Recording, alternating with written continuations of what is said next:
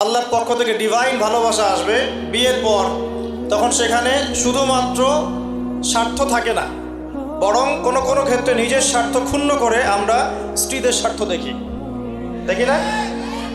এটা ডিভাইন।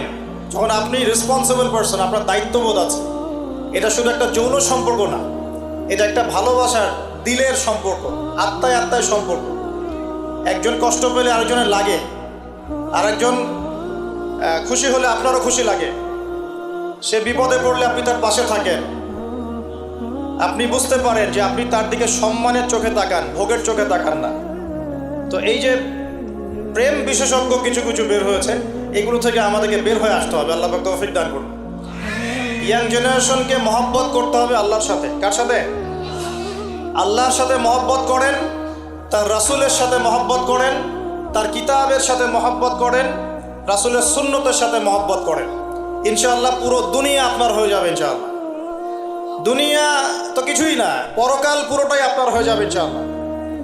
আর আপনাদের জীবনের উদ্দেশ্য হবে আল্লাহর সন্তুষ্টি অর্জন করা। কি করা? যে কোনো কাজ হোক, যত ছোটই মনে হোক না কেন, হোক সেটা একটা ছোট্ট দিনই প্রজেক্ট বা বড় কোনো ভিশন। আপনি দিনের জন্য একটা মসজিদ মাদ্রাসা করেছেন, অথবা আল্লাহর জমিনে দিন একদম কায়েম করেছেন, ছোট হোক আর বড় হোক, কিছু একটা আল্লাহ রাব্বুল আলামিনের সন্তুষ্টির জন্য এই দুনিয়ায় করে যেতে হবে। আল্লাহ পাক তৌফিক দান করুন। এটা হবে আপনার লাইফের ভিশন, অ্যাম্বিশন। আল্লাহ পাক তৌফিক দান করুন। নিজের বিশ্বাসের জগতে পরিবর্তন নিয়ে আসেন, চেহারায় পরিবর্তন নিয়ে আসেন, পোশাক আশাকে পরিবর্তন নিয়ে আসেন, নিজের কথাবার্তায় পরিবর্তন নিয়ে আসেন, নিজের ব্যক্তিত্বে পরিবর্তন নিয়ে আসেন। ব্যক্তিত্বে পরিবর্তন কেমন? মুসলিমরা কি স্মার্ট জাতি না আনস্মার্ট জাতি? মুসলিমরা কি খুব পিছিয়ে পড়া জাতি না এগিয়ে যাওয়া জাতি? বলেন তো। তাহলে আমরা সব ক্ষেত্রে এখন দিন দিন পিছিয়ে যাচ্ছি কেন? পিছাচ্ছি না কেন? পিছাবো তাহলে আমরা কেন দিন দিন বিশ্বের এই প্রতিযোগিতা থেকে আস্তে আস্তে পিছিয়ে পড়বো কেন? আমাদেরকে মাথায় আল্লাহ পাক ঘিলু দেন নাই, বুদ্ধি বিবেক দেন নাই, আমাদের কাছে আল্লাহ পাক কোরআন এবং সুন্নাহ নাজিল করেন নাই। তাহলে কোরআন সুন্নাহ হাতে থাকার পরেও আমরা বিশ্বের সংকটগুলো এখন মোকাবেলা করতে পারছি না কেন? এর উত্তর কে দিবে? খুব চমৎকার। এটা একটা কারণ। ভাই বলেছেন কোরআন এবং হাদিস থেকে পিছিয়ে পড়ার কারণে। আমি বলছি এর সাথে আরেকটা কারণ হচ্ছে কোরআন হাদিসকে আমরা বর্তমান প্রেক্ষাপটের সাথে মেলাতে পারছি না। মেলাতে পারছি না কেন? মনে করেন আজকে থেকে 5 বছর পর দেখলেন যে পুরো বিশ্বের মার্কেটগুলোর মধ্যে এখন খালি ক্রিপ্টোকারেন্সি ঘুরে বেড়াচ্ছে। হ্যাঁ, মনে করেন, কিছু বলেন না, কারণ এখানে অনেকে আছে তারা আমার কথাগুলোকে ভবিষ্যৎ বক্তা মনে করে। কি মনে করে? এই যে আকাশে মেঘ আছে না, এখন যদি আপনি বাসা থেকে ছাতা নিয়ে বের হন, তার মানে কি এই যে আপনি ভবিষ্যৎ জানেন? কথা বলেন দেখি।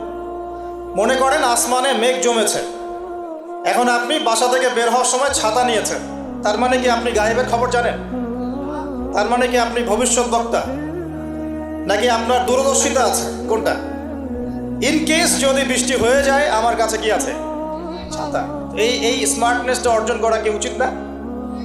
কোরআন সুন্নাহ থেকে যদি আমরা এই বিষয়গুলো জানতে পারি, তাহলে বিশ্বের প্রতিযোগিতায় আমরা এগিয়ে যাব না?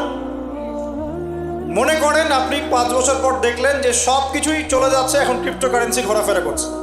এটা কি? এটা কাকে বলে? এটা জায়েজ না না জায়েজ? এর মধ্যে সুদ আছে কি নাই?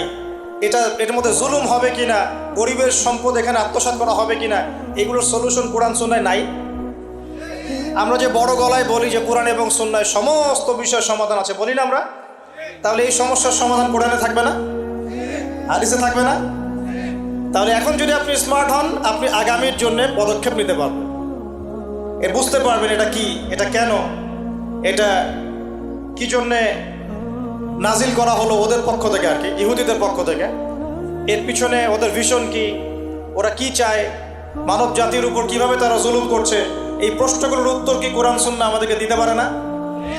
যদি আপনি গবেষণা করে খুঁজে বের করতে পারেন, এবং খুঁজে বের করে আপনি সাধারণ মানুষের চেয়ে কিছুদিন আগেই বুঝতে পারেন যেটা হতে যাচ্ছে, তার মানে আপনার এই জ্ঞানটা কি জায়েজ না না জায়েজ? খিদির আলাইহিস সালাম যে বললেন নৌকাটা ফোটা আমি এই জন্যে করেছিলাম, নৌকা ফোটা না করলে ওই যে সমুদ্রের কি ছিল, জলদস্যু বা মালিক নৌকা নিয়ে চলে যেত। মনে আছে কোন সূরা? কোন সূরা? সূরা কাহফ। হ্যাঁ, তো মুসা আলাইহিস সালাম তো বুঝতে পারলেন না কেন তিনি নৌকা ফোটা করছেন। খিদির আলাইহিস সালাম একটা বাচ্চাকে হত্যা করলেন, মনে আছে? মুসা আলাইহিস সালাম বললেন, এটা কি করলেন আপনি? এমন একটা গর্হিত কাজ করলেন, জঘন্য কাজ করলেন আপনি একটা। মুসা আলাইহিস সালাম আবার প্রশ্ন করেছিলেন, কেন দেয়াল নির্মাণ করছেন, কি দরকার? খিদির আলাইহিস সালাম বলেছিলেন, এই দেয়ালের নিচে 2 জন এতিম বাচ্চার পৈতৃক সম্পত্তি আছে। এই 3টা ঘটনাতে খিদির আলাইহিস সালাম বেশি স্মার্ট না মুসা আলাইহিস সালাম? এখন খিদির আলাইহিস সালাম শুধুমাত্র বাইরের চোখ দিয়ে দেখেন নাই, তিনি বাহির ভিতর উভয় চোখ দিয়ে দেখেছেন। আর এই দেখার ক্ষমতাটা দিয়েছেন আল্লাহ পাক। কে দিয়েছেন? তার কি নিজস্ব জ্ঞান ছিল? আল্লাহ পাক তাকে জ্ঞান দিয়েছেন। আল্লাহ বলছেন যে আমি আমার এই বান্দাকে আমার পক্ষ থেকে জ্ঞান শিখিয়েছি। ওয়াল্লামনাহু মিন লাদুন্না ইলমা। আল্লাহ বলছেন আমি আমার পক্ষ থেকে আমার এই বান্দাকে জ্ঞান শিখিয়েছি। আল্লাহ পাক চাইলে আপনাকে অন্তর্দৃষ্টি দিতে পারেন কি না? এখন প্রশ্ন হচ্ছে, অন্তর্দৃষ্টি পাওয়ার জন্য কি কি করতে হবে, কি কি কাজ করলে আশা করা যায় যে আপনি নূর এবং বাসিরা পাবেন? আশা করা যায়। তার মধ্যে 1 নম্বর কাজ হচ্ছে নিজের অন্তরটাকে আগে কলুষিত মুক্ত করা। আর অন্তরের মধ্যে কারো প্রতি হিংসা, বিদ্বেষ, রিয়া, অহংকার রাখা যাবে। অন্তর হবে একদম নিট অ্যান্ড ক্লিন। সবার কল্যাণকামী হবেন, সবার ভালো চাবেন, সবাইকে ভাই মনে করবেন। পারা যাবে ইনশাআল্লাহ? বরং মনে করবেন এই দুনিয়াতে সবচেয়ে পাপী মানুষ আপনি, বাকি সবাই ভালো। এই দুনিয়াতে সবচেয়ে খারাপ মানুষকে আমি নিজে, বাকি সবাই ভালো। নিজের গোনাহ নিয়ে, নিজের আমল নামা নিয়ে ব্যস্ত থাকতে হবে আগে। অন্যের পিছনে আঙ্গুল দেওয়া বন্ধ করতে হবে। পারা যাবে ইনশাআল্লাহ? 2 নাম্বার, বেশি থেকে বেশি নামাজের সাথে নফল নামাজ, স্পেশালি তাহাজ্জুদ। এই সময় আল্লাহর পক্ষ থেকে কিন্তু আল্লাহর রহমত নেমে আসে। এই সময় যারা জাগতে পারে, যারা আলো জেলে রাত জাগতে পারে, তারা অন্যের কলবে আলো জ্বলার কাজ করবে ইনশাআল্লাহ। কথা কি ভারী মনে হচ্ছে?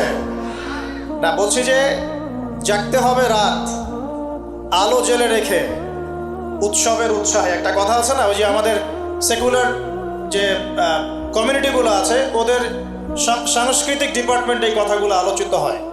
তারা বলে যে রাত জাগতে হবে উৎসবের উৎসাহে। আমরাও ইনশাআল্লাহ কোরআন এবং সুন্নাহ নিয়ে রাত জাগবো ইনশাআল্লাহ। পারবো তো ইনশাআল্লাহ? 3 নাম্বার, দান সদকা বেশি বেশি করবেন। দান সদকা করবেন তো ইনশাআল্লাহ? আচ্ছা, এই মাদ্রাসার উন্নয়নের জন্য দান চেয়েছে।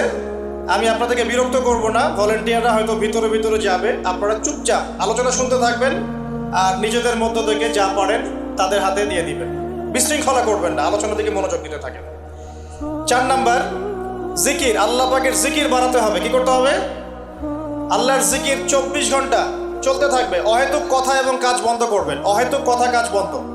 এই যে আমরা এখন অনলাইনের যুগে প্রচুর অহেতুক কথার কাজ করি, যে কথায় কোনো কাজ নাই, যে মানে কাজেও কোনো কাজ নাই, সেগুলো করতে থাকি আমরা।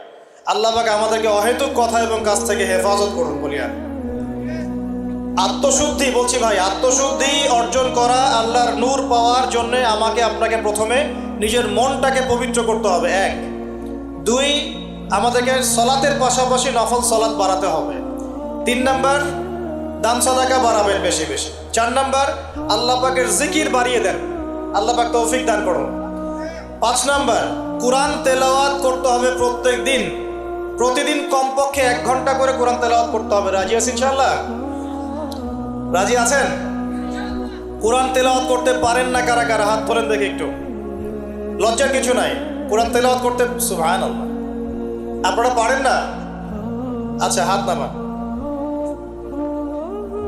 হ্যাঁ, বলছি। যারা কোরআন তেলাওয়াত করতে পারেন না, আমি 2টো অপশন বলি। 1, স্থানীয় কোনো মাদ্রাসায় গিয়ে ওলামায়ে কেরামের কাছে বসে বসে কোরআন তেলাওয়াত শিখবেন এই রমজান মাসে। রাজি আছেন? এই রমজান মাসে শিখতে হবে। রাজি আছেন?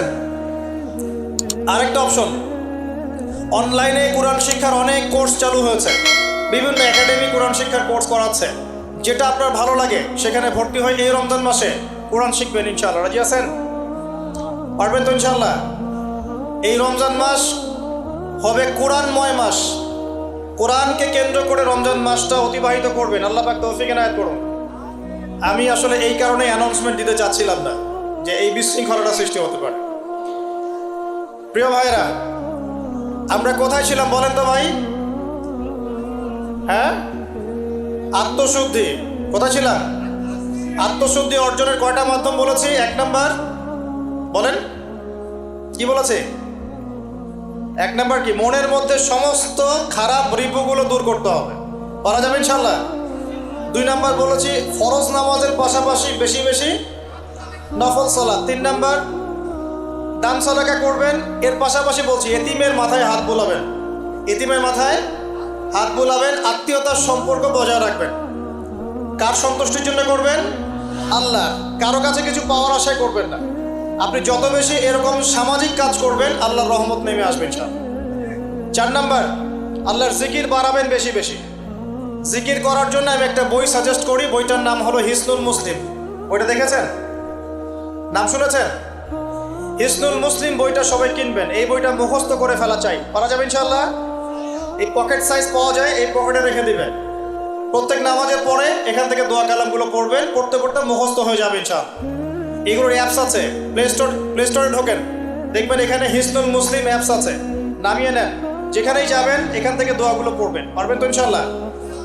5 নাম্বার হচ্ছে কোরআন তেলাওয়াত বেশি বেশি করা। এই কাজগুলো করতে থাকেন, ইনশাআল্লাহ তাআলা আপনিও খিদর আলাইহিস সালামের মতো অন্তর্দৃষ্টি লাভ করতে পারবেন ইনশাআল্লাহ।